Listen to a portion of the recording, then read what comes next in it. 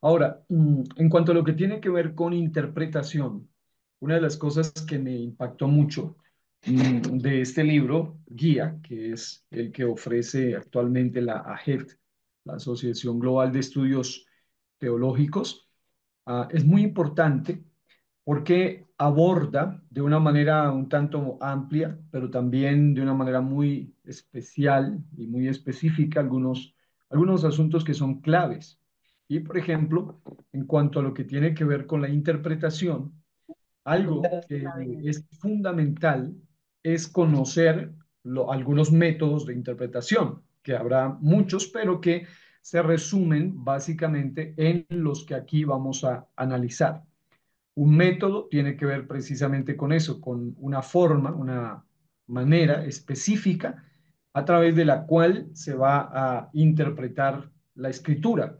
Y cuando el método es correcto, los resultados van a ser correctos. Pero cuando el método tiene deficiencias, los resultados van a ser deficientes. Si el método es malo o es peligroso, pues van a ser aún peor. Entonces, esto es clave.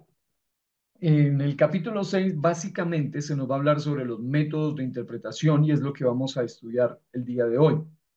Una cosa muy importante a modo de introducción es que a través de la historia humana los estudiantes de la Biblia han usado varios métodos para intentar extraer el significado de la escritura.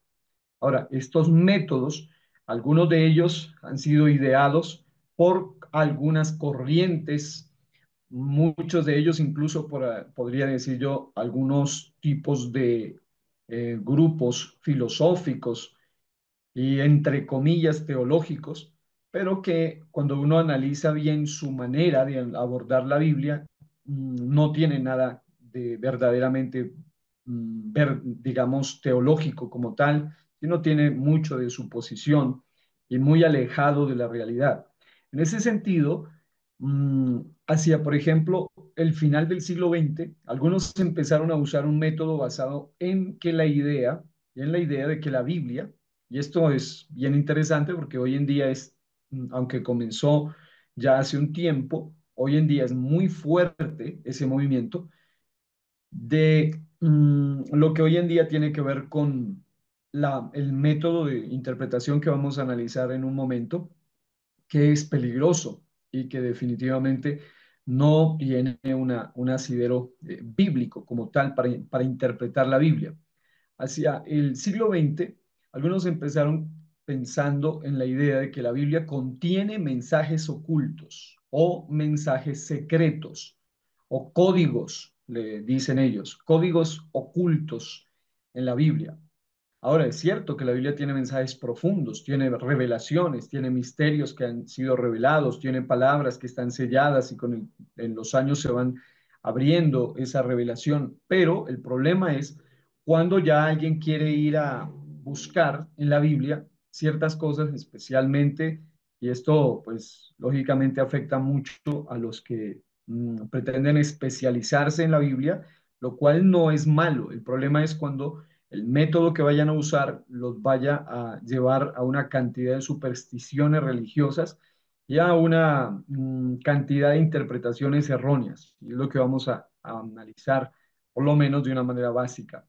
Estos códigos de los cuales ellos hablan, o estas, digamos, estos misterios escondidos que están en la Biblia, según muchos de ellos, deben descifrarse por medio de algunos métodos que ellos mismos proponen. Estos códigos usualmente se basan en la asignación de valores numéricos a las letras y a las palabras de la escritura. Hay unos grupos que utilizan este tipo de métodos, especialmente los que pertenecen a esas corrientes que se llaman judío-mesiánicos o también les llaman raíces hebreas, lo cual es evidentemente, para ser más concreto, falsos judíos mesiánicos y raíces hebreas, personas que consideran que hay que ir a la Biblia y escarbar una cantidad de cosas usando algunos asuntos, algunas técnicas, algunos métodos, como la gematría, por ejemplo, que le da valores numéricos a las letras y a las digamos, del idioma hebreo en el cual está escrito el Antiguo Testamento. Y en esa, digamos, en esa asignación de números, luego empiezan a tratar de buscarle un significado, contando tantas letras, sale tal palabra, y empiezan a hacer una cantidad de cosas que al final da como resultado una cantidad de asuntos que los desvían de la verdad clara de las escrituras, es decir, de lo que ya está dicho en términos muy concretos y muy claros y además muy coherentes y congruentes con el resto de las escrituras. Ahora, noten esto. Básicamente lo que ellos hacen es ir más allá de lo que tiene que ver con la interpretación neta, plena, guiada por el Espíritu de Dios, claro que sí, de las Sagradas Escrituras y coherente consigo misma. Es interesante, por ejemplo, que ellos en la búsqueda de esos mensajes supuestos, mediante la localización de patrones matemáticos en las palabras o letras de la Biblia, algunos descubrimientos que han hecho son interesantes, dignos de analizar y que ameritarían un estudio muy, digamos, apropiado, muy diferente a este, donde uno puede analizar algunos de esos descubrimientos que, según ellos, han hecho, donde, por ejemplo, algunos dicen, descubrieron el nombre del Mesías en código secreto en el Antiguo Testamento, en la Torá, y resulta que es Yeshua, que es Jesús. Ahora, eso está revelado ya en el Nuevo Testamento, es decir, hay cosas que evidentemente ya están claras en la Biblia, pero que algunos de ellos, al hacer lo que ellos le llaman patrones matemáticos, algunos cuentan cada tantas letras, cada tantos versículos, evidentemente ellos son estudiosos muy serios, eso, muy profundos, diría yo, muy profesionales, muy técnicos, pero uno de los gravísimos problemas es que muchos de ellos pueden llegar, pues, precisamente por la falta de revelación que tienen, algunas conclusiones totalmente alejadas en cuanto a lo que tiene que ver con las Sagradas Escrituras. Incluso, por ejemplo, para los que nos gusta estudiar lo que tiene que ver con digamos, el aspecto escatológico, esto es favorito para muchos, porque dentro de la gematría hebrea y dentro de los valores numéricos y dentro de la cantidad de formas como algunos estudian, llegan a conclusiones y en parte eso es digamos, esta es una de las grandes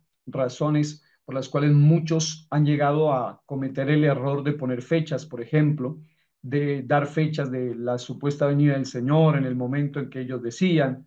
Y eso pues no es nada nuevo. Sabemos que desde el año 1000 para acá empezaron con la fechación, que en el año 1000 viene, que en el año 2000 viene, que en el 2012, que en el 2024. Ahora se habla que en el 2025 y la gente empieza a hacer cosas que son opuestas a la escritura y muchos de ellos lo hacen precisamente por esta razón, porque tratan de buscar doctrinas o interpretaciones fuera de una base lógica y de una base bíblica. Ya lo mencionábamos, por ejemplo, en el tema de la gematría, que es buscarle valores numéricos a las letras y luego darle algún significado que a la larga se somete a la interpretación y al análisis del hombre o de la persona que está detrás de ese estudio. Ahora, en realidad, estos intentos actuales de encontrar mensajes escondidos no son cosa nueva. En la historia de la interpretación bíblica, hay muchos quienes encontraron mensajes supuestos en la Biblia, mensajes que no fueron la intención de los autores originales. Y yo sé que existen algunos de esos aspectos que, lógico, acá por el tiempo y además por el enfoque específico que tenemos, pueden ser llamativos, pueden ser interesantes, cuando se habla de los niveles de interpretación, cuando se habla de los diferentes asuntos que tienen que ver con algunas de las conclusiones y explicaciones que dan ciertas ramas y especialmente los famosos judíos a ciertos versículos. Pero nosotros sabemos que si ellos no han tenido, por ejemplo, la revelación más importante de quién es Jesús, pues todo debe ser puesto a un análisis muy serio en la gran mayoría de los casos en dudas. Ahora, el otro detalle detrás de todo esto es que muchos de ellos buscan significados o mensajes o algunas revelaciones o incluso le llaman verdades de Dios escondidas en las páginas de la Biblia. Ahora, lógico, ellos ni siquiera se basan en la Biblia en español o en inglés, sino en los libros o en las Biblias que tienen que ver con el lenguaje original en el que fueron escritas las Biblias o fue escrita la Biblia en el hebreo especialmente, porque mucho de esto que vamos a ver en un momento tiene mucha influencia la filosofía de los judíos, de muchos de ellos que tienen una antigüedad muy fuerte en ese tema. Y lamentablemente muchos, especialmente cristianos hoy, los del nombre, cuando empiezan a acercarse ya a la interpretación profunda, yo personalmente he tenido que observar esto y analizarlo y conocer las escuelas de interpretación rabínicas, he estudiado también sobre los diferentes niveles de interpretación, lo que es el Peshat, el Remés, el Drush, el Sod. Es muy apasionante el estudio, es muy interesante, muy llamativo, pero siempre debe haber un filtro muy concreto de las escrituras. Pero lamentablemente he conocido, y es muy, muy, muy fuerte ese asunto hoy en día, de que hay muchas personas del nombre, hablando de nuestra organización, del nombre de Jesús, unicitarios, pentecostales del nombre de Jesús, que han sido arrastrados por los falsos judíos mesiánicos, por las corrientes de los que se llaman los raíces hebreas y una cantidad de grupos y sectas directamente que se ufanan de ser extraordinarios intérpretes y los llevan a ellos a una serie de confusiones que serían innecesarias si alguien conoce claramente la doctrina y que además conoce lo que hoy vamos a empezar a analizar y a estudiar referente a lo que tiene que ver con lo que es una interpretación correcta de las escrituras. Ahora, el problema básico de estos intérpretes es que ignoran adrede a propósito, de manera deliberada, el significado literal de las palabras mismas a favor de los significados secretos o espirituales. Algunos le han llamado también la espiritualización de la interpretación. Ahora, no confundamos una aplicación espiritual con lo que aquí se llama espiritualización, que es algo muy, muy delicado porque definitivamente en la mayoría de casos, por ejemplo, el autor dice algo en el Génesis 1:1, en el principio creó Dios los cielos y la tierra, y ellos tratan de buscarle otro significado en el idioma a través de contar las letras y que este número significa esto, y luego empiezan a decir una cantidad de cosas en una clave y en un código secreto que al final, en algunos casos, termina diciendo algo totalmente contrario al resto de las escrituras y además diciendo algo totalmente contrario a lo que el mismo texto de manera literal está diciendo. Lo que algunos de ellos, rabinos expertos y todos los intérpretes han dicho, pero lastimosamente nadie ha cuidado eso o no se han dado cuenta de eso, es ninguna interpretación secundaria, terciaria ni en el último nivel debe contradecir la interpretación literal. Pero no, algunos simplemente empiezan a divagar en una cantidad de interpretaciones raras y ahora vamos a ver, por ejemplo, creo que aquí los autores ponen un ejemplo interesante de cómo alguien puede desviarse tanto a través de un mal método o una mala estrategia de interpretación. En este capítulo vamos a discutir eso, los métodos de la hermenéutica que han sido usados en la historia de la interpretación bíblica y me gusta mucho que ella se centra en un resumen muy, muy concreto o en un resumen muy interesante de estos métodos. El primero de ellos es conocido como el método alegórico. Aquí lo estaremos viendo básicamente. El segundo es el método místico. El tercero es el método devocional, que es muy común. El método, hay varios métodos, ella luego lo resume, algunos de ellos, como van a ver, están como emparentados allí.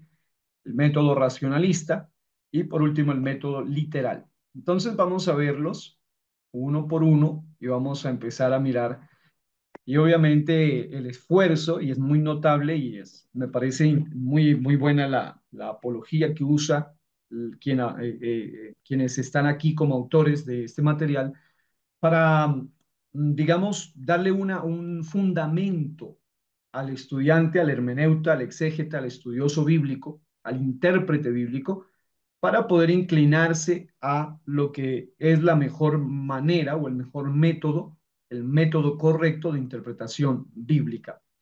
Número uno está el método alegórico. Esencialmente, el método alegórico niega el significado literal de la escritura. En su búsqueda de significados ocultos no aparentes en la superficie.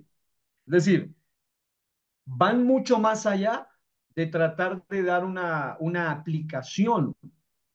No. Por ejemplo, muchas veces alguien da una aplicación a cierto versículo, pero ellos se van muy, muy allá. Es decir, se van al punto de incluso negar lo más importante de la escritura, que es el significado literal de la misma. El alegorismo es el método de interpretar un texto literario, el cual se refiere al sentido literal, como el vehículo de un sentido secundario, más espiritual y más profundo. Ahora, para los manipuladores, porque he tenido que escuchar a varios de ellos, durante varias horas para hacer los diferentes análisis y contrastes, sobre todo cuando se trata de analizar ciertas doctrinas en particular, para los que nos gusta estudiar lo que es la apología bíblica. Es muy interesante cómo ellos, especialmente lo que hoy en día, las ramas tanto neopentecostales, las diferentes ramas o grupos aún unicitarios, pero que han sido permeados por una filosofía, una mezcla entre una filosofía teológica, una filosofía griega, una filosofía judía. Han hecho un Sí, revoltijo allí para luego tratar de ser o mostrarse como unos intérpretes de un nivel extraordinario y empiezan a decir una cantidad de cosas descabelladas, aberrantes. Y lo dicen así sin ninguna pena y lo dicen de una manera muy, muy, digamos, muy liviana, muy ligera, como si estuviesen hablando de algo, de una última revelación y haciendo por completo de lado lo que el texto literalmente dice, que es lo que realmente importa aquí, y es lo que la Biblia dice. Es decir, la Biblia dice lo que dice, no lo que nosotros queramos que diga.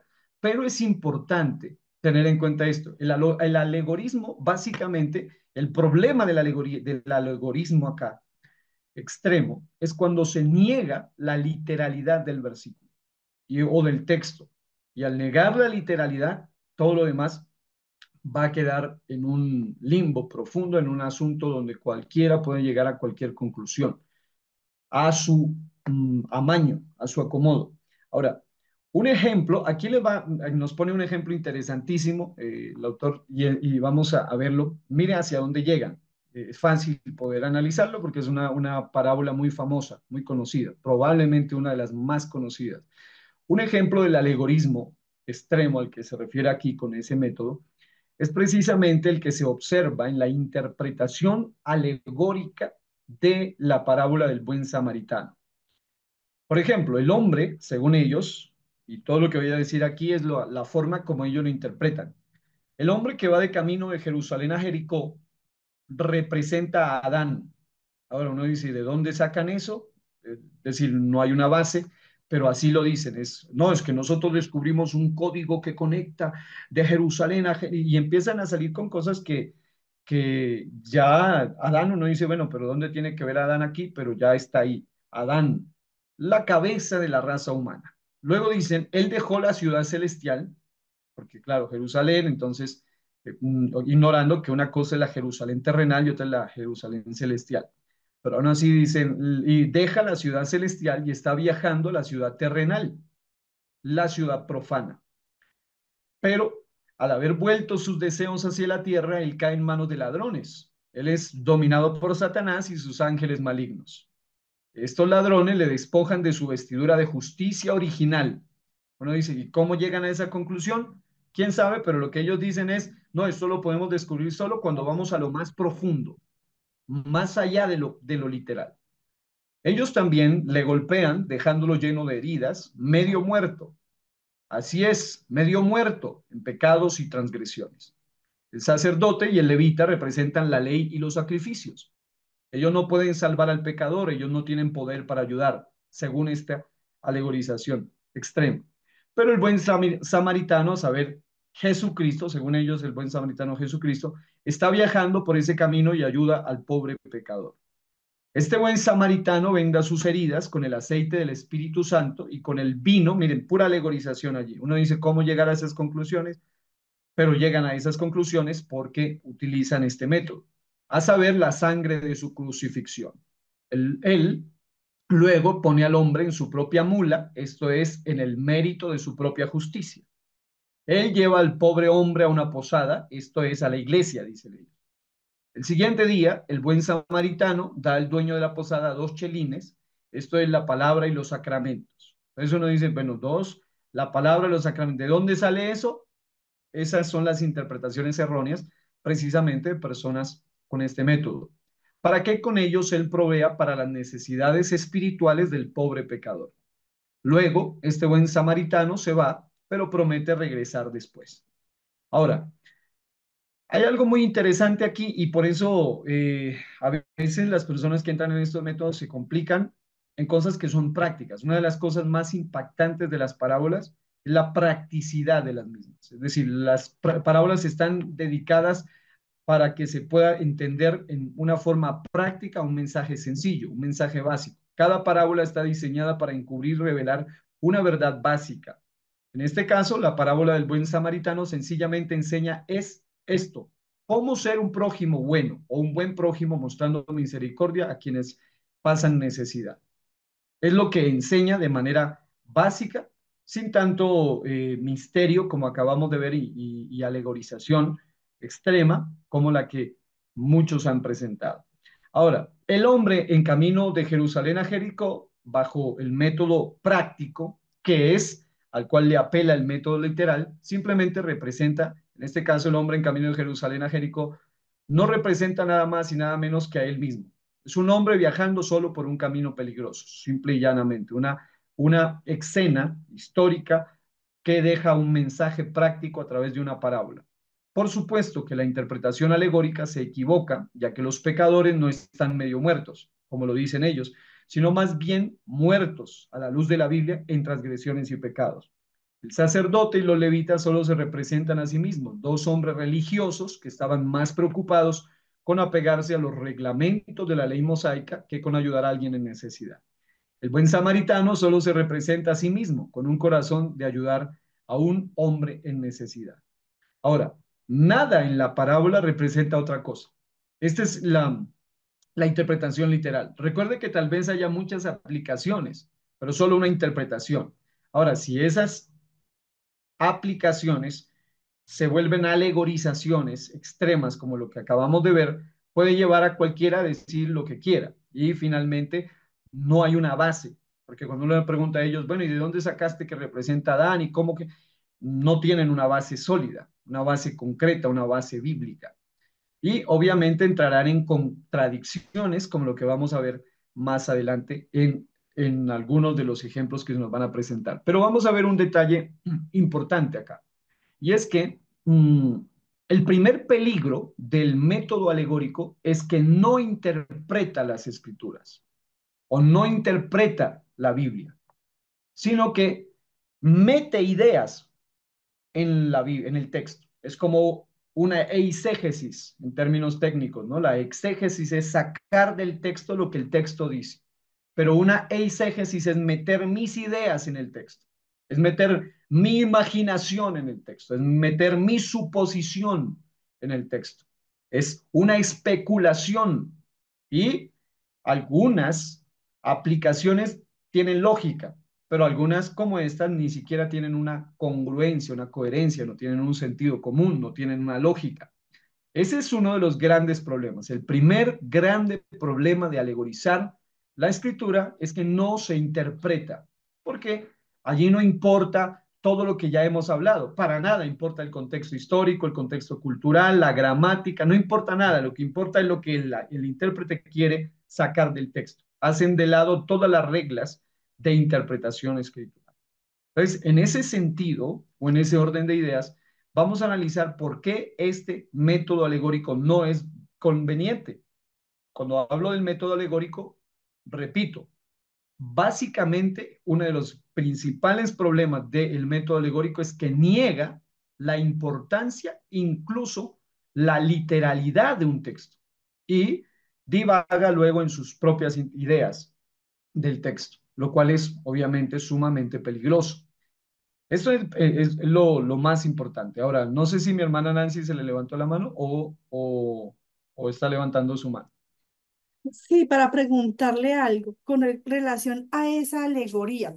Como en muchas veces he escuchado a pastores pues, de nuestra iglesia, muy buenos predicadores, tomando ese texto, esa parábola y la aplica como está diciendo acá. La pregunta es, entonces, eh, nuestros predicadores han predicado de esta manera erróneamente o que es un texto literal, pero ellos le hacen una aplicación. ¿Así sería correcto o aún así sería incorrecto esta aplicación? ¿Me di a entender? No, sí, sí, sí, claro que sí. Bueno, primero que todo, que cuando uno va a la escritura, uno puede ver que no hay, digámoslo así, una base seria para decir que ese buen samaritano es Jesús. Es decir, no la hay. Si usted le pregunta a cualquiera de ellos, debería preguntarles, o si alguna vez cualquiera de nosotros hemos llegado siquiera a suponer, porque así lo hemos oído en infinidad de veces, es, ¿de dónde sacamos eso? Es que muchas veces nosotros llegamos a conclusiones porque así lo dijo fulano y también me lo dijo el pastor y el otro pastor y el tatarabuelo de los pastores y luego el abuelo y el bisabuelo y repetimos.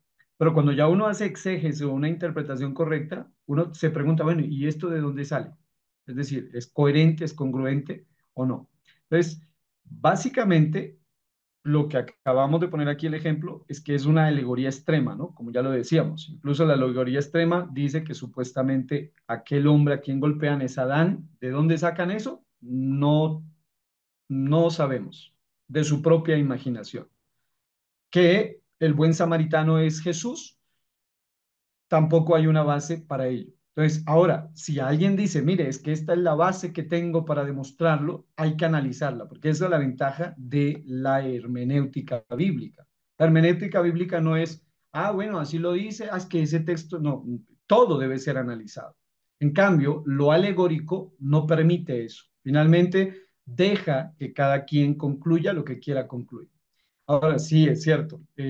Lamentablemente, probablemente y muy probablemente por el hecho de que muchos tal vez lo hacen con amor, pero solo han repetido lo que han oído y otros no se han dedicado de pronto a hacer un análisis real del texto, han llegado a esas conclusiones. Entonces, en Pastor, ese sentido, sí, mi hermana. pastor, entonces la pregunta es, ese texto es un texto que es un suceso literal, pero es decir, que no se le puede poner a ninguna especie de aplicación a ese texto, a un texto Sí, literal. se le puede hacer una aplicación basada en la realidad del texto. ¿Y cuál es la realidad del texto?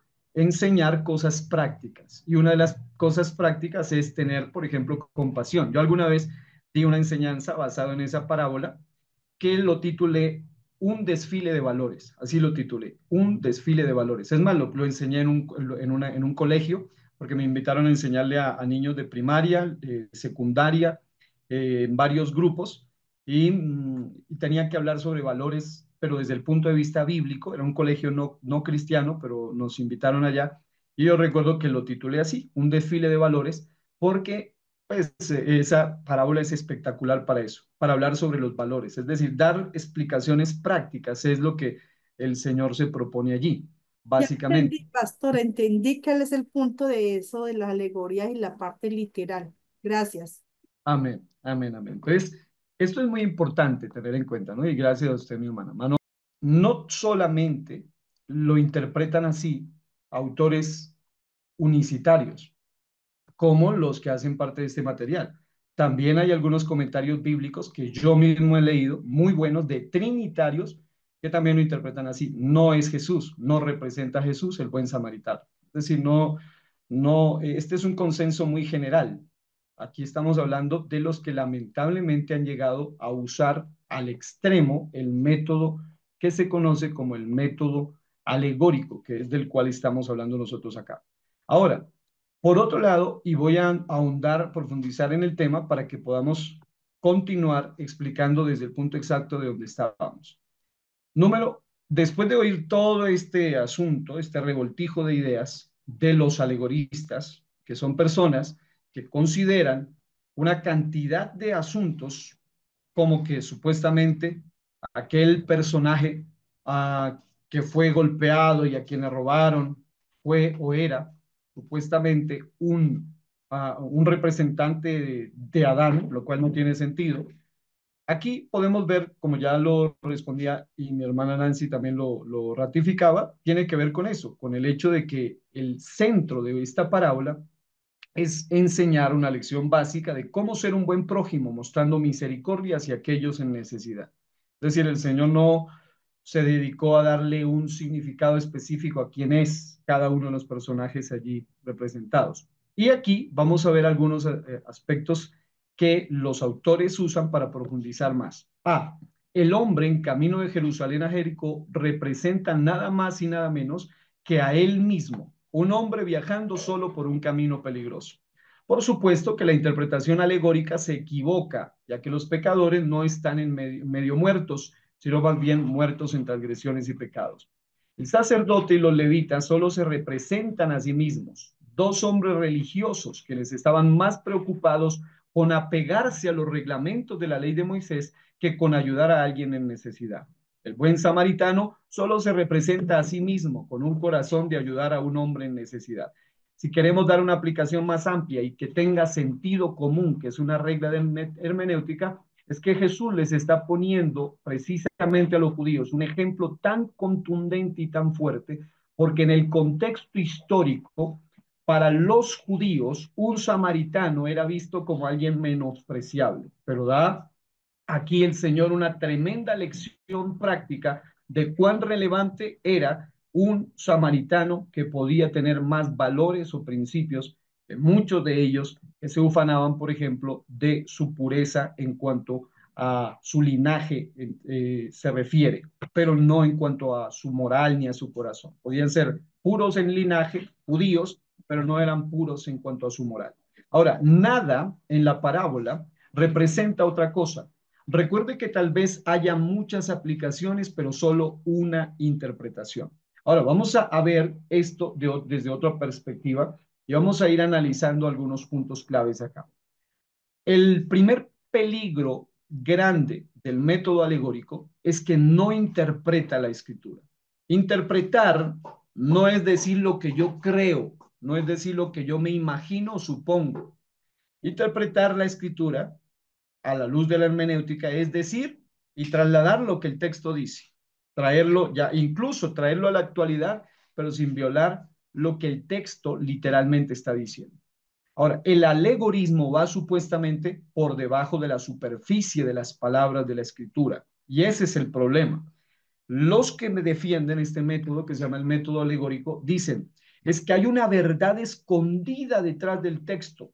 Yo los he oído, yo he estado analizando por muchos años esto estas son sus palabras más habituales. Es que por encima de lo que usted ve hay algo allá, profundo, está detrás del texto y empiezan con un misterio y obviamente son muy elocuentes y muy convincentes y por eso obviamente han arrastrado masas y hoy en día muchos de ellos se hacen llamar rabí y hacen parte de gente que fue ex unicitaria y muchos de ellos hoy en día tienen sus escuelas de hebreo y una cantidad de cosas, precisamente porque ellos fueron arrastrados bajo este método. Debajo de la superficie, dicen ellos, de las palabras, de lo literal dice un buen samaritano, un señor, un buen hombre, un buen samaritano lo y profundo y ellos empiezan a extraer cosas que evidentemente no están en el texto, hacia el verdadero significado escondido debajo de las palabras. Como resultado, en realidad, y esto es importante, no se interesa con la interpretación de la escritura en sí. Es decir, una de las cosas, yo he tenido la oportunidad de escuchar de primera mano, directamente, a muchos de los que utilizan de una manera muy abierta y yo diría muy descarada este método y bueno, gracias a Dios no son de nuestra iglesia. En algunos de los múltiples cursos y seminarios que he tenido que estar, se sienta alguno de ellos allí y siempre comienzan a decir, bueno, aquí te voy a mostrar el verdadero significado de lo que aparece aquí en el Apocalipsis y lo que aparece en Génesis. Claro, se tienen una profundidad en algunos temas, pero el problema es cuando uno les pregunta, bueno, ¿y eso de dónde sale? Es decir, ¿cuál es la base? ¿Cómo usted llega a semejante interpretación? ¿Cómo así que el árbol de allá es el mismo? Y empiezan a mezclar una cantidad de cosas porque violan. Y lo más tremendo es que muchos de ellos dicen, eso de hermenéutica, eso nada tiene que ver con un verdadero hijo de Dios. Nosotros acá ya han cambiado una palabra. Para no decir alegorización, ellos utilizan la palabra revelación. Son muy apropiados para eso. Y claro, esa palabra pega duro, porque dicen, esta es la revelación del momento, el código del cielo que desciende. Y cuando uno ve el código del cielo y lo analiza, según ellos el código del cielo, pues no tiene nada que ver con lo que la Biblia realmente dice. Ahora, el alegorismo va bajo ese criterio. Dice que lo verdaderamente valioso del texto no es lo que usted puede leer, sino lo que está escondido allá misteriosamente en el texto. Ahora, como resultado, este en realidad no se interesa con la interpretación de la escritura en sí, ya que las palabras de la escritura supuestamente son solo como una paja y que el verdadero trigo es lo que está más profundo, es lo que está allá adentro, es lo que está debajo. Ahora, el segundo peligro en el método alegórico es lo que se llama la autoridad básica en la interpretación, porque la autoridad básica cesa. Ahora, ¿cuál es la autoridad? Ya lo habíamos dicho cuando hablábamos de que la autoridad máxima para interpretar la Biblia es la Biblia misma. Es decir, no puede ser el magisterio, como dirían en el catolicismo, no puede ser el apóstol, ni el profeta, ni el pastor, una persona, ni un grupo de personas en sí.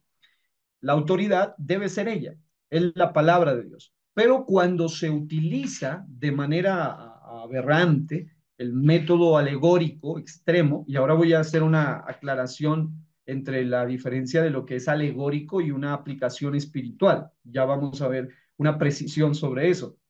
Pero el punto es cuando ellos usan eso, ya no es la Biblia la autoridad, sino más bien la mente del intérprete. Ahora, otra cosa que es muy popular, por lo que he tenido que analizar y constantemente observar sobre este tema, es que ellos pueden utilizar 10.000 versículos. Obviamente es una hipérbole lo que estoy diciendo, pueden utilizar muchísimos versículos, pero aunque todos utilicen las mismas palabras, cuando usted hace un seguimiento exacto de lo que es la exégesis, la hermenéutica, no tienen coherencia, es decir, saltan de aquí a allá y de allá a acá, y aunque hacen una mezcla de versículos que no tienen que ver con el tema que ellos pretenden fundamentar o pretenden ahondar. Ahora, una de las premisas básicas para una hermenéutica verdadera es que la Biblia se interpreta a sí misma, pero el alegorismo le da rienda suelta al intérprete sin autoridad externa. Él solo tiene que rendir cuentas a sí mismo por los significados que él le impone a la escritura. Y esto es lo peligroso, es decir, por ejemplo, digamos, en un estudio básico de hermenéutica, sabemos que la Biblia tiene símbolos, tiene tipos, tiene mucha simbología y también tiene muchos significados. Pero cuando se abusa de eso, del significado de los números, del significado de todo en la Biblia, se pueden llegar a conclusiones arbitrarias o no correctas a la luz de la escritura. Por otro lado, aquí hay un ejemplo muy contundente de esto, del peligro de esto, y es muy popular en predicadores. Y yo diría que la razón primordial no es que no consultan, es decir, no es que consultan material, comentarios ni nada de eso. El error no es ese. El principal error es que no lo hacen. La mayoría de personas que dicen cosas erróneas es porque no estudian, porque no indagan, porque no comparan, porque no leen. Las personas que hemos aprendido a poner filtro, a indagar, a buscar fuentes, a no quedarnos con una sola, a buscar muchas fuentes, somos personas que podemos tener un criterio amplio de un tema o de un pasaje bíblico. Pero hay personas, y eso es lo que he notado muy popularmente, como el ejemplo que vamos a ver aquí, al no tener un conocimiento de la doctrina, al no tener un conocimiento del tema amplio, básicamente y fácilmente pueden llegar a errores interpretativos. Un estudiante, por ejemplo, dijo que la mujer viuda de Segunda de Reyes, o Segundo Libro de Reyes, es mejor, Segundo Libro de Reyes, 4:1 al 7, era la iglesia. Ahora uno dice, bueno, ajá, ¿y qué tiene que ver allí la iglesia? Vamos a ver hacia dónde lo aplican. Supuestamente, el aceite que ella debía verter en vasijas vacías representaba al Espíritu Santo. Mientras que alguna persona puede pensar que él ha hallado una verdad espiritual profunda mediante esa alegoría, él también abre una caja de todo tipo de problemas. Y vamos a hacer preguntas a esa interpretación que nos van a demostrar que hay un problema con esa interpretación. Por ejemplo, según este personaje que dice que la mujer del libro de Segundo Reyes 4:1 al 7 era la iglesia o representa la iglesia y que el aceite ahí representa al Espíritu Santo, va a tener serios problemas. Primer problema serio, el marido de la mujer estaba muerto. Segundo, ella era una viuda. La pregunta es, ¿acaso Cristo está muerto? Si él lo dice en Apocalipsis, yo soy el que vivo y estuve muerto, he aquí que vivo por los siglos de los siglos. Amén.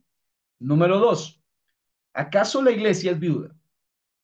No puede ser viuda porque él es eterno, además inmortal, y hay una distinción técnica y teológica entre eterno e inmortal en la Biblia. Eterno es que Él siempre ha existido. Él es el que es. Yo soy el que soy, dice Él. El que es y que era. El que ha de venir. El mismo de ayer, de hoy, por los siglos. Inmortal en el sentido de que Él murió y luego resucitó en un cuerpo glorificado. Pero es interesante que usted analice este aspecto. Y es que el esposo de la iglesia, de acuerdo a 2 Corintios 11:2, Cristo, ciertamente no está muerto. La otra cosa, ¿quién era el acreedor? Porque este era un hombre endeudado que había dejado a su esposa con problemas. ¿Quién entonces era el acreedor? Según esta interpretación que daba el estudiante, se sugiere que el acreedor es Satanás. La pregunta es, ¿acaso Jesús le debe algo a Satanás? Entonces, lógicamente, esa interpretación alegórica no tiene sentido. ¿Qué son las vasijas? ¿Cuál es el significado de prestarse vasijas de los vecinos? Ya que Eliseo le dijo a la mujer que vendiera el aceite para pagar su deuda, ¿cómo va a vender la iglesia al Espíritu Santo, por ejemplo? En realidad, la mujer solo se representa a sí misma. Es cierto que podemos sacar lecciones de inspiración, es más, es muy buena esa historia para sacar una lección muy importante. Alguna vez un predicador tituló un mensaje maravilloso y lo escuché de principio a fin, muy bueno. Se tituló Temeroso de Dios, pero endeudado hasta los dientes. Porque era un hombre así. Dice que era un hombre justo, pero era un hombre muy mal administrador, pésimo administrador. Y empezaron a dar enseñanzas basadas en o con relación a economía de ese pasaje. Puede tener un sentido más práctico y lógico que evitará que uno llegue a conclusiones como las que vamos a ver acá, o incluso a contradicciones tan tremendas como estas. Ahora, en realidad la mujer solo se representa a sí misma. Por otro lado, no debemos imponer un significado que simplemente no está allí. Es decir, sí se deben sacar lecciones de inspiración, de ánimo del relato, cómo la intervención de Dios obró en ella, cómo el Señor no la abandonó. Es decir, hay cosas muy, usted puede predicar infinidad de cosas maravillosas.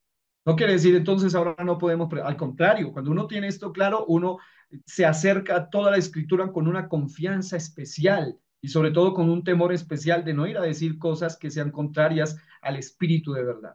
Ahora, en realidad la mujer, entonces, en el punto X acá, el tercer peligro, perdón, el número 10 acá, el tercer peligro en el método alegórico es que uno se queda sin ningún tipo de medio por el cual las conclusiones del intérprete puedan ser probadas. Ese es el otro asunto.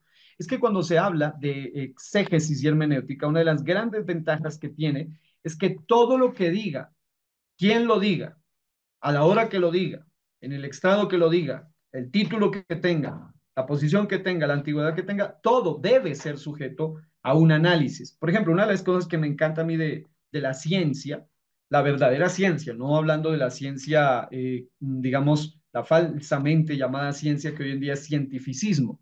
No, estoy hablando de la ciencia verdadera. Es precisamente que un autor hace algo, puede, por ejemplo, un experto en medicina escribe, un experto en alguna ciencia escribe algo, un material, y ese material es sujeto al análisis de otros expertos. Y él puede que incluso proponer su teoría, pero si viene otro experto y demuestra que esa teoría es falsa, sencillamente tienen que hacer de lado ese material. Es decir, todo aquel, para que luego los que saben del tema de la ciencia, para que finalmente se convierta en una ley, algo que ya es literalmente irrefutable, pues definitivamente tiene que pasar por un análisis. De la misma manera, cuando hablamos de interpretación bíblica, debe pasar por un análisis y debe ser sujeto a probar, a ser probado. Pero cuando uno suelta ideas a la ligera, lógicamente no tiene ni cómo probarlas, ni tampoco alguien tiene cómo comprobarlas. Ahora, no existe una autoridad final a la cual se pueda llevar la interpretación alegórica. El control en la interpretación es el método literal. Y esa es algo bien importante. Lo literal sí tiene bases para poder tener un análisis de la interpretación a la que se llega. El método alegórico pone al intérprete en un mar de incertidumbre. Sí, allí simplemente no hay normas bíblicas para controlar la interpretación. Este método, por ejemplo, permite que un movimiento religioso, bien, y aquí les voy a poner un ejemplo, mire de lo fuerte que es este asunto. Este método, por ejemplo, permite que un movimiento religioso bien conocido diga que el hombre rico, en el relato del hombre rico y Lázaro, es el clero protestante. ¿De dónde llega esa interpretación tan aberrante? ¿De dónde sale? ¿Cuál es la base? Pero así lo interpretan. Mientras que, según ellos, Lázaro representa a los miembros fieles de ese movimiento religioso. ¿De dónde sacan eso? ¿De dónde sacan semejante idea? Pero el problema no solo queda allí. El clero protestante, según ellos, está persiguiendo a los miembros fieles del movimiento. El movimiento también niega la realidad y ese es el problema. Que al alegorizar toda esa historia de algo que no tiene nada que ver con ellos, también están negando la realidad del infierno mismo, las cuales son enseñadas en la palabra del Señor. Entre otras cosas, que lo que tiene que ver con Lázaro y el rico ni siquiera es una parábola. La mayoría de exégetas saben bien esto, los hermenéuticos saben que esa no es una parábola, sino que es presentada en un contexto histórico, en un contexto histórico narrado por Jesús. Pero si uno puede decir que el hombre rico es el clero protestante, sin ningún respaldo bíblico, otro podría decir entonces que el hombre rico representa a Hitler o a Attila o el Juno o a Jim Jones, que fue uno de los, diría yo, uno de los peores personajes del famoso Jim Jones, uno de los peores jefes de sectas que han existido, que algunos conocen la historia de lo que se llama el templo del pueblo y de este hombre que a causa de su ideología diabólica, más de 900 al final murieron y se cree que la mayoría suicidados. Entonces, o alguno diría, bueno, cualquiera, ahí alcanzaría cualquiera. Aquí los autores proponen a los miembros del coro del tabernáculo mormón. Ahora, tal interpretación es absurda, pero es necesaria para aquellos quienes niegan la enseñanza literal y sencilla de la Biblia. Una de las cosas maravillosas de la Biblia es precisamente eso, que tiene una interpretación que es literal y que es sencilla. Y obviamente lo literal no niega una realidad importante. ¿Y cuál es la realidad importante? Es el hecho de que también en el asunto literal se debe tener en cuenta que hay versículos que tienen alegorías, que hay versículos que tienen figuras de lenguaje y todo lo demás. Es decir, lo literal acoge todo eso también. Nuestro hermano William Naranjo, lo escuchamos. Gracias, pastor. Dios lo bendiga, compañeros. Bueno, Bien. pastor, mirando esto, hay una delgada línea, y digo delgada línea es porque eh, me he dado cuenta a la medida que usted está enseñando que nosotros en muy alto porcentaje somos muy alegóricos para predicar Exacto. Sí, señor. y tomamos unos textos y, y los sacamos de contexto totalmente para darle una interpretación que uno sintió que fue una revelación, una iluminación de momento.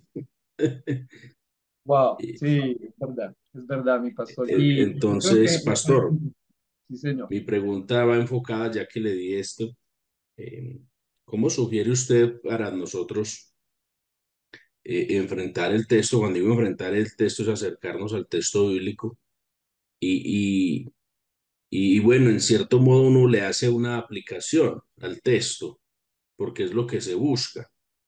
sino que alegorizamos demasiado, ya le ponemos, le abrimos muchas ventanas y nos vamos por cosas que... Pero cómo hacerle una interpretación y una aplicación respetuosa al texto bíblico, a veces utilizando algunas alegorías. ¿Cómo me podría usted enfocar, pastor? Ya me dio el enfoque del buen samaritano, donde usted decía un desfile de valores. ¿Cómo Ujú. sería la forma del aceite de la viuda? Le digo por qué y le voy a abrir mi corazón. Que de hecho estaba mirando que se ha hablado mucho del hombre que dejó endeudada a la familia Ujú. y yo iba a predicar, sinceramente le digo, estaba mirando, analizando algo de un hombre que tuvo cuidado de guardar lo más importante que era el aceite. Mm. Óigame de eso. Ujú. Entonces yo, y dándole el enfoque al aceite como al Espíritu Santo, pues ya que la Biblia relaciona mucho al aceite con el Espíritu Santo, ¿cómo le podría dar uno una interpretación adecuada?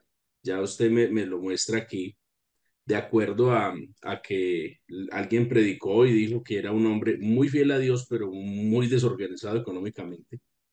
¿Habría otra forma de uno acercarse a ese texto o esa es una interpretación cerrada? Gracias, pastor, Dios lo bendiga.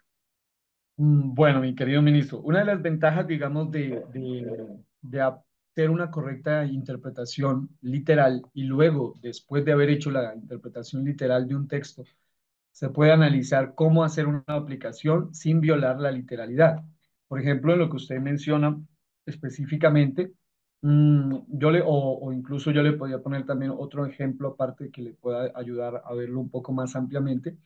Muchas personas, por ejemplo, utilizan, y muchos lo predicaron así por muchos años, de que supuestamente cuando David toma las piedras del arroyo y están contadas, entonces que ahí está el nombre de Jesús, porque mire, J-E-S-U-S, Jesús, 5 piedras, entonces que ahí está el nombre de Jesús, pero resulta que el nombre original viene no con 5 letras, viene con 6 letras, Yeshua, entonces no concordaría.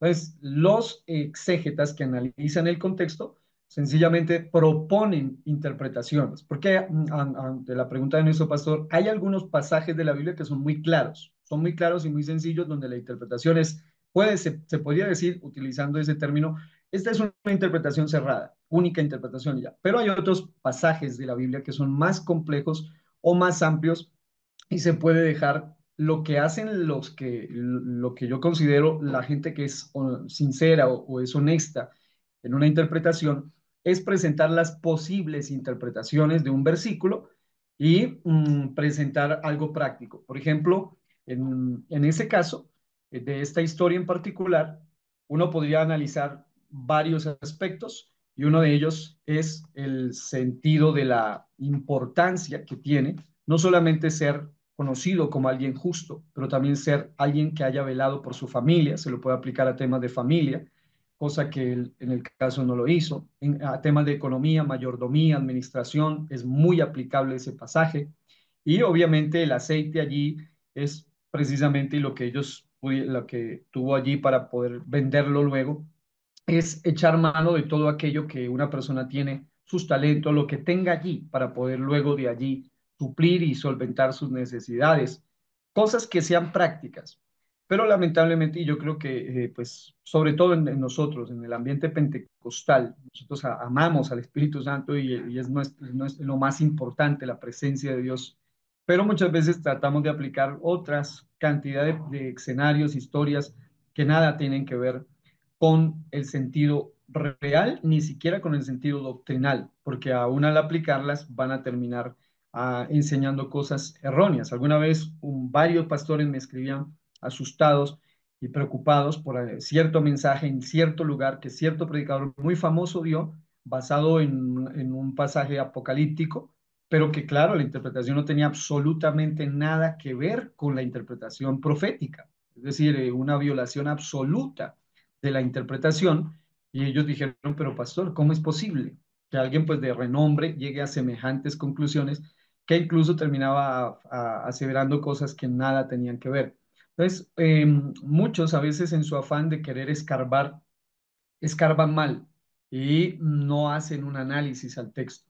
Todo versículo puede tener alguna aplicación práctica, pero siempre y cuando uno no viole los aspectos literales del texto. Voy a ponerle por ahí un ejemplo que a mí me ha llevado, por ejemplo, a ser muy claro y muy bíblico a la hora de aplicar cualquier pasaje. Voy a ponerle el ejemplo de el Decálogo. El Decálogo es un pasaje que nos habla en Éxodo 20, en Deuteronomio 5, sobre los 10 mandamientos, y es decir, el Decálogo es una riqueza de principios morales para aplicar a muchos escenarios. Yo alguna vez prediqué sobre los 10 mandamientos y lo titulé El Decálogo y el Pacto Nupcial. Es decir, cada uno de los 10 mandamientos dejando una aplicación práctica al matrimonio. Obviamente, con un sentido práctico. Entre ellos se habla de no matarás, no hurtarás, no dirás falso testimonio y todo aplicado al matrimonio. Alguna vez una predicación muy bonita que escuché de alguien por allí aplicó los 10 mandamientos a la economía. Ahora, sin violar la literalidad, se da la aplicación del pasaje y al final se deja una enseñanza práctica y entendible. Entonces, cualquier pasaje, cualquier escenario, aún los símbolos, sabemos que sí. Por ejemplo, yo estaba enseñando hace unos días lo que se llama la simbología del Espíritu Santo y entre los varios símbolos que tiene, el aceite es uno de los más comunes relacionados con el Espíritu Santo y para no irse allá, extenderse por allá en el Antiguo Testamento y escarbar algo y luego decir algo que no tiene que ver con el Espíritu Santo, pues es mejor buscar algún pasaje que sí tenga una base sólida, una base concreta o algún escenario que sí nos pueda ser útil. Entonces, Pastor William, bien por su aporte, bueno, que Dios nos ayude a tener mucho cuidado, porque, bueno, yo pienso que caer muchas veces en esto se debe precisamente a la falta de estudio o sencillamente se debe en muchos casos al afán de querer dar pues un buen mensaje, algo bien bonito, algo diferente, algo especial, pero muchas veces saliéndose de lo que es verdaderamente la norma de la interpretación bíblica. Todo, es decir, una de las cosas que vamos a ver, y esto pues ahorita lo vamos a complementar, pero todo tipo de predicación o mensaje va a tener mucho más sentido, mucha más solidez, va a ser mucho más eficaz cuando parte de una interpretación literal y luego de haber explicado lo que el texto realmente significa, dejar una aplicación práctica o una aplicación básica a algún tema en particular, ya sea asuntos de evangelismo, de familia, de hogar, de oración, de liderazgo, cualquiera sea la aplicación, pero siempre que no se viole lo literal. Lo literal es la regla que nos ayuda a nosotros a tener cuidado de no enseñar cosas erróneas, cosas contrarias. Bueno, veo que hay algunas manos levantadas, mano Dani Mauricio y mano Pastor Ronald Tangarife. Mi pastor, Dios le bendiga. Quizás a veces nosotros el miedo a lo que dice lo literal nos lleva a buscar una interpretación, digamos, más acorde con lo que hemos creído. Yo recuerdo que pues hemos caído en eso, en mucho. Por ejemplo, yo el otro día no le di un significado literal al texto, sino que yo tomé el pedazo y dije, ¿cuánto tienes en la vasija? Pero no dije que la mujer representaba a la iglesia, sino que dije que a veces no tenemos cuidado de lo que hay en nuestra vasija. Sí, Es pero verdad. quizás sí fue un poco alegórico. Pero recuerdo que un día estaba discutiendo con un amigo que es pastor y yo le decía, jefe, muy loco, ¿cómo va a matar la hija? Entonces eso se planteó una gran discusión. Entonces yo le dije, pero es que la Biblia dice que es holocausto. Holocausto es ofrenda del todo quemada. Y terminando el capítulo dice que la endecharon. Usted no puede endechar a un vivo.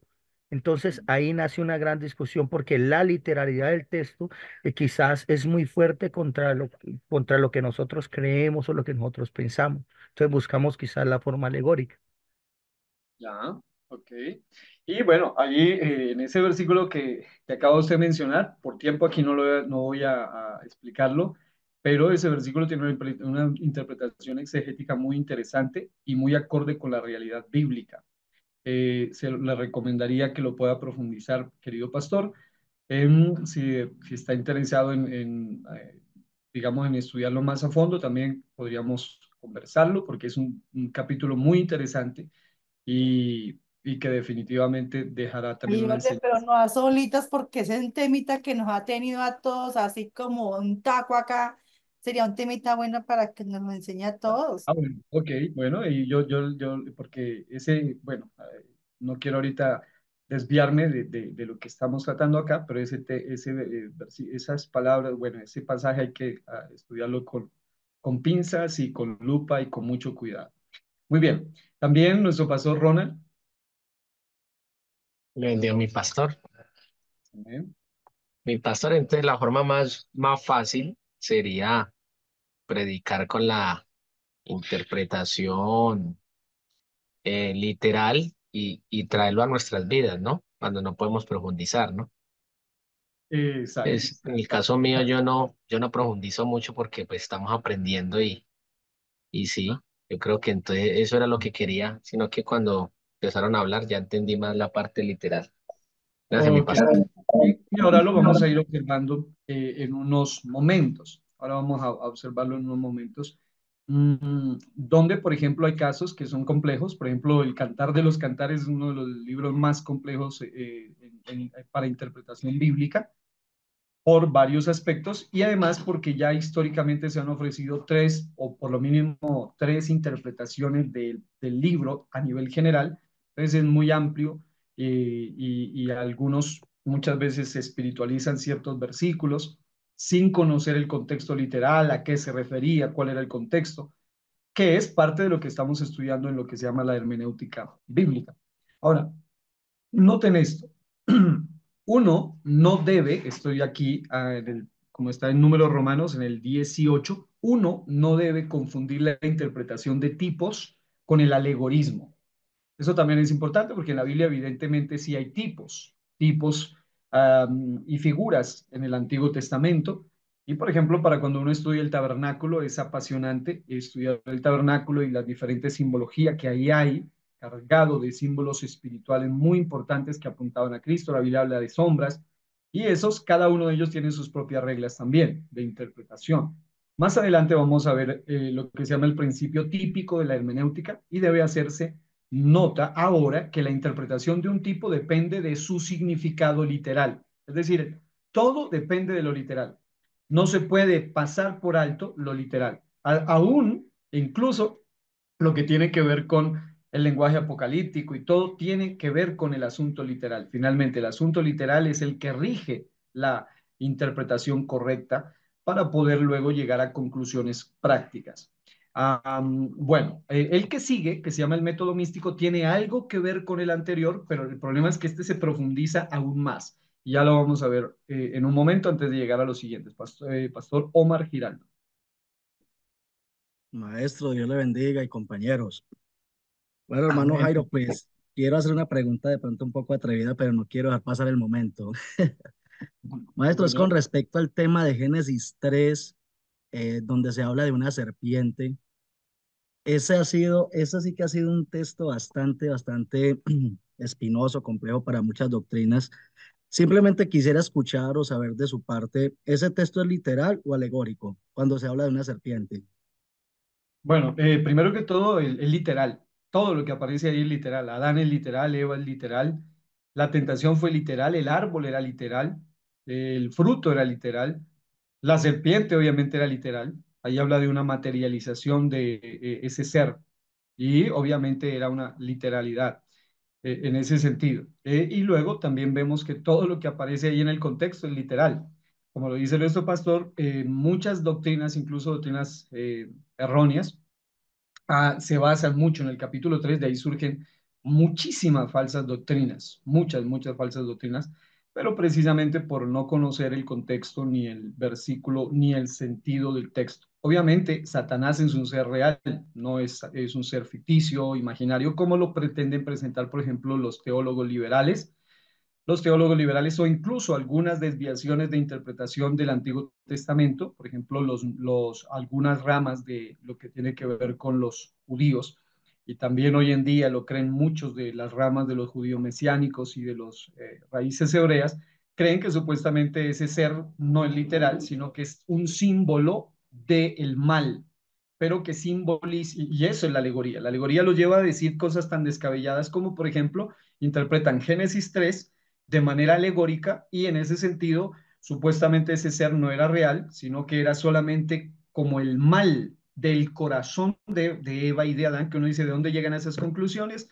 de precisamente usar este método alegórico sin una base bíblica. Ahora, en el Hermano Jairo, Apocalipsis 12 también se menciona a la serpiente antigua, que es un ser literal y que se le llama diablo y Satanás. Sí, señor. disculpe Toma. maestro, le interrumpo. Con lo que usted está mencionando, hay una doctrina que es la de William Soto Santiago o William Marion Sí. Branham, que ellos dicen que es un nombre. Ellos dicen que es un nombre literal ese personaje de Génesis 3.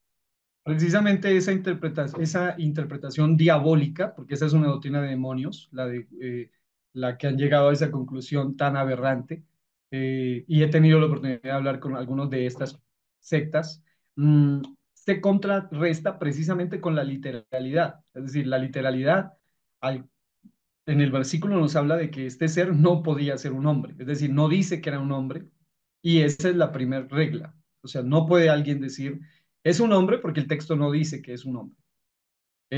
Y habla de un ser que en Apocalipsis 12 se lo revela como un ser malvado, a quien se le llama la serpiente antigua, que es el diablo y Satanás, y que incluso en Apocalipsis se le agrega otro aspecto que es el gran dragón, un ser malvado. Entonces, evidentemente, el método literal es muy útil hasta para hacer pedazos falsas doctrinas, como esa, como por ejemplo la que nos mencionaba nuestro pastor Omar, que algunos sí, lamentablemente enseñan eso, porque ellos tienen una corriente ideológica, todo también depende de cuál es la interpretación que ellos tengan, tienen una idea de que Satán o Hasatán, que se llama así en el Antiguo Testamento, este ser, la serpiente, pudo tener hijos. Es una doctrina diabólica y ellos enseñan que aquí en la Tierra, y eso es toda una teoría de conspiración muy tremenda, supuestamente aquí en la Tierra hay dos tipos de humanidades o de seres. Unos, según ellos, los descendientes de Adán, los descendientes de la humanidad, y otros, los descendientes de, según ellos, los descendientes biológicos de la serpiente, porque malinterpretan algunos versículos de la Biblia cuando Jesús les dice que son una generación de víboras, el mismo Juan también les hablaba fuertemente. Entonces, obviamente ese tipo de personas llegan a malinterpretar la Biblia y basados en una doctrina totalmente errada, llegan a conclusiones erróneas. Obviamente era un ser real, pero no era un ser humano, ni un ser hombre real. Era un ser diabólico, un ser caído. Incluso la serpiente, hay una versión que la versión Huneman, que dice la serpiente caída, habla de un ser caído, habla de un ser malvado, no es un ser humano, evidentemente. Y la literalidad también nos sirve mucho para destruir, estimado pastor, esas doctrinas erróneas. Por ejemplo, algunos también llegan a decir que supuestamente Caín era hijo del diablo, pero malinterpretando obviamente el versículo no dice que era hijo del maligno, sino que era del maligno, que habla de sus obras, porque sus obras eran malas, pero también el mismo texto, si usted lee el capítulo 4 de Génesis y usted lee muy cuidadosamente, yo alguna vez hablaba con uno de ellos y le decía, pero es que hasta un niño puede entender el versículo habla claramente que ese hijo era hijo de Adán y Eva, no era hijo de la serpiente supuestamente, porque tienen una cantidad de ideas pues retorcidas, ¿no? Y contrarias a la luz de la palabra del Señor. Es Pastor Omar, no sé si tiene algo más sobre la pregunta. Hermano Jairo, muchas gracias. Simplemente quería agregarle al último punto que usted menciona que sí, en una ocasión nosotros tuvimos la oportunidad de debatir fuertemente con esa doctrina. Ellos tienen la interpretación con respecto a cuando dicen de que ese ser era un hombre literal, es porque a lo que usted menciona, ellos dicen que Eva tuvo relaciones sexuales con ese ser y que, en otras palabras, hubo una orgía, porque ellos dicen que Eva tuvo relaciones sexuales con ese ser y a la media hora Adán se llegó a ella. Y que Caín y Abel eran hermanos gemelos y por eso viene la interpretación de que Caín, hijo del diablo, y Abel, hijo de Dios. Simplemente eso, maestro. Muy importante. Mire lo que usted dice. Ellos saben más que la Biblia, según ellos, ¿no? Porque dicen hasta la hora, ¿no? La Biblia no dice nada de esas cosas y eso es algo muy importante, ¿no? Ellos dicen que media hora después, cosas obviamente descabelladas que surgen de ese método alegórico. Muy importante, ¿no? Interesante eso, mi varón. Pastor, las cosas que nos llevan a malinterpretar es simplemente no dar un buen repaso y leerlo bien. La buena lectura lleva a una buena comprensión también. Muchas de las malas interpretaciones son resultado también de una mala lectura, pero cuando uno lee bien o repetidamente o vuelve a leer, Yo normalmente cuando analizo ciertos temas, o por lo menos a mí una de las cosas que a mí me ha encantado, aunque personalmente no me gustan el tema de los debates,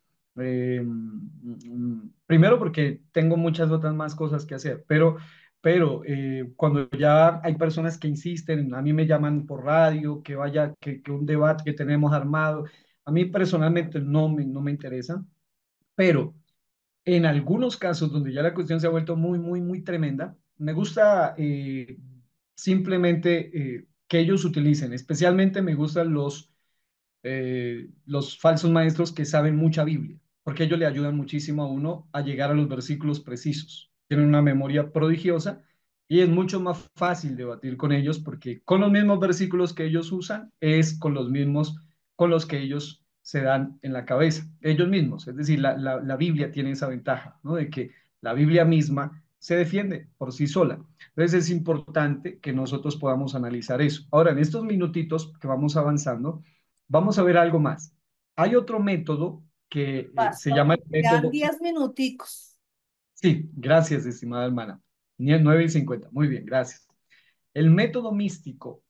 em, Hay un grupo de personas que pues, sobre todo tienen un origen judío. Aquí, bueno, no quisiera dejarles esto en el debate, pero analícenlo después ustedes. Como pueden ver, yo no marqué la expresión de Palestina porque eso es un error también que muchos lo enseñan, ¿no? La Biblia no menciona la palabra Palestina. Alguien dirá, pero yo tengo ahí en el comentario, sí, no la Biblia, me refiero, los comentarios, las concordancias y aún hasta algunos expertos. Yo he estudiado lo que se llama geografía bíblica y también la historia de la geografía. Es muy importante saber que el nombre Palestina no vino a existir sino después del año 132, más o menos después de Cristo. Entonces, cada vez que alguien dice, por ejemplo, hay un coro muy lindo que dice, por las calles de Palestina Cristo andaba, eso no tiene sentido porque Jesucristo nunca anduvo por las calles de Palestina. Empezando porque el nombre Palestina nunca existió en la época de Cristo, sino hasta muchos años después.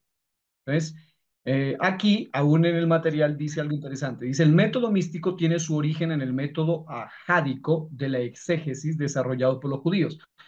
Los, miren esto, es importante, porque dentro de los judíos, no, porque hay algunos que a veces se confunden y piensan, el judío es el que tiene la mejor interpretación, pues porque es judío. No, porque lamentablemente dentro de los judíos también surgieron varias sectas. Acuérdense ustedes de los fariseos, de los saduceos, de los esenios y una cantidad de grupos que surgen cuando uno estudia apostasía y hace el análisis de los grupos sectarios que surgieron en el periodo intertestamentario entre el 400 antes de Cristo y hasta el momento de su nacimiento surgieron muchísimos grupos sectarios, pero antes de ello, dentro de las diferentes escuelas rabínicas, surgieron algunos, entre comillas, Dime. intérpretes de la ley y muchos de ellos proponían métodos de No, interpretación. Uno de ellos es este, el método ajádico, el método místico, donde se le pretende dar una explicación muy profunda también. Ellos también tienen algo de parecido con los anteriores, con los alegóricos, pero aquí dice desarrollado por los judíos de Palestina. No eran judíos de Palestina, sino del territorio donde ellos vivieron, que antiguamente se llamaba Canaán, luego se llamó Israel, luego de la división del reino del norte, reino del sur, al norte Israel, al sur Judá, y que con el paso de los tiempos tuvo varios nombres, pero que en la época de Jesús no tenía ese nombre todavía. Eso se los dejamos allí para que lo puedan analizar en cierto momento. Yo tengo una serie donde hablo acerca de lo que se llaman escenarios Israel e Iglesia y también ahí explicamos un poco más a fondo este tema. Pero es importante que tengan en cuenta esto. Este método se desarrolló a medida que los intérpretes, esto es delicadísimo, confundieron la aplicación por la interpretación. Es decir, interpretar basado en lo que significa la hermenéutica y la exégesis es decir lo que el texto dice, es traer el mensaje que el texto tiene para darnos. Pero aplicar ya es dar alguna, digamos, algún mensaje, alguna enseñanza del texto. Pero lamentablemente ellos llevaron esto a tal extremo que, por ejemplo, mientras que el método místico tiene algo en común con el método alegórico, ambos rechazan el significado corriente a favor de un significado oculto. Y eso es lo grave.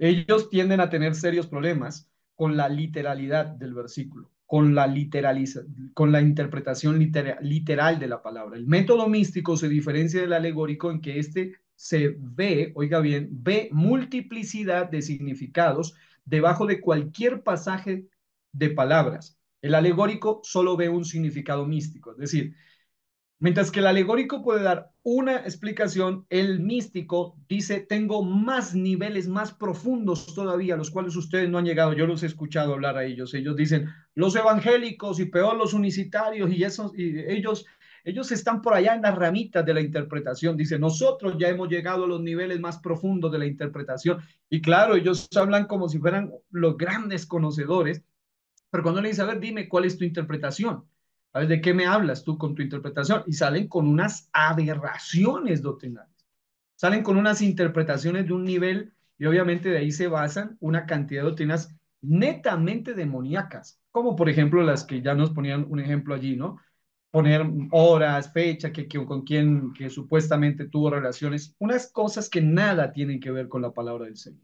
Ahora, este método de interpretación fue sistematizado entre los eruditos de Babilonia judía, Gaonim, entre el año 600 y el año 1000 después de Cristo. Este es practicado en el misticismo judío de nuestro día, conocido como la Cábala. Cuando alguien ya estudia a fondo, todos ellos tienen una interpretación mística y hoy en día hay una mezcla entre el cristianismo y el misticismo judío, porque recuerden que si hablamos de esto, y ya el tiempo está pasando, si hablamos de esto, uno de los peligros más grandes que la iglesia de hoy enfrenta, además de la babilonización, que es todas las ideas de Babilonia metidas todavía en la iglesia que deben ser sacadas, tradiciones, costumbres, ritos, prácticas que nada tienen que ver con la iglesia naciente ni la iglesia apostólica, uno de los peores peligros se llama el judaizar, del cual hoy en día muchos de los, digamos, de los estudiosos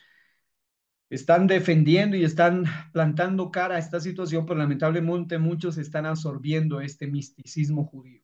Ahora, este sistema de hermenéutica examina la escritura no solamente alegóricamente y analógicamente, sino que lo hace a través de la interpretación de palabras y letras de acuerdo a sus equivalentes numéricos. Y mediante el intercambio de equivalentes numéricos se crean palabras y letras nuevas, permitiendo así interpretaciones nuevas. Solo por ponerle un ejemplo, para los que gustan del tema escatológico, lamentablemente bajo esa, digamos, esa falsa y diabólica interpretación mística, ellos empiezan a contar letras en el Antiguo Testamento, en el Génesis, por ejemplo, y en el libro de Daniel, y empiezan a hacer estudios basados no en lo que dice el texto, sino en las letras, que cada 7 letras, pongo un ejemplo, cada 12 letras, cada tantas letras cuentan, toman cada letra y luego sacan un mensaje completo. Y algunos de ellos han dado disque el nombre del anticristo y una cantidad de cosas que nada tienen que ver con lo que la Biblia dice. Es decir,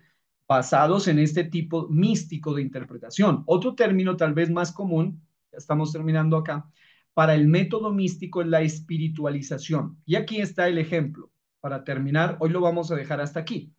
El ejemplo que quiero que analicen es este, para que vean lo delicado que es. Éxodo 20:13, por un hombre llamado Swedenborg, que tiene esa filosofía mística de interpretación. Dice, el texto dice no matarás, punto.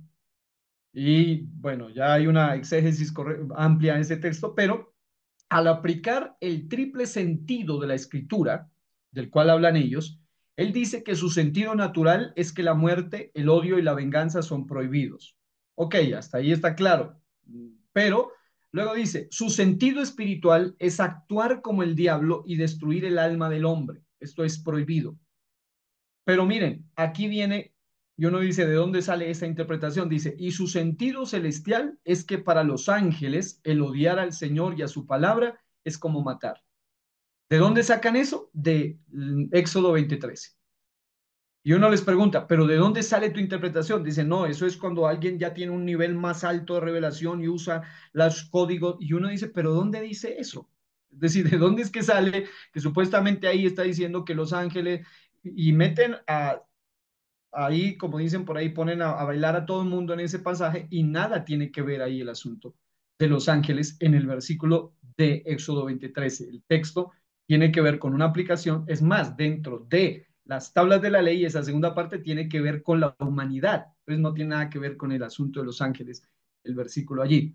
Entonces, el punto es que estas personas finalmente van a llegar a cualquier loca idea precisamente por no hacer caso de lo que vamos a ver en los siguientes más adelante. Así que los errores del método místico son los mismos que los del método alegórico y estos son aún más pronunciados porque mientras que los del método místico le pueden encontrar hasta un significado, los otros le podrán literalmente encontrar hasta, según ellos, 3, 10 o más significados y son expertos en menoscabar a los demás. He escuchado a algunos de ellos y son expertos en tratar a los demás como ignorantes completos que no saben absolutamente nada y que ellos sí saben. Eso sí, son expertos, según ellos, de interpretación, pero son interpretaciones que nada tienen que ver con una base moral, doctrinal, ni bíblica, ni escritural. Ahora, muy bien.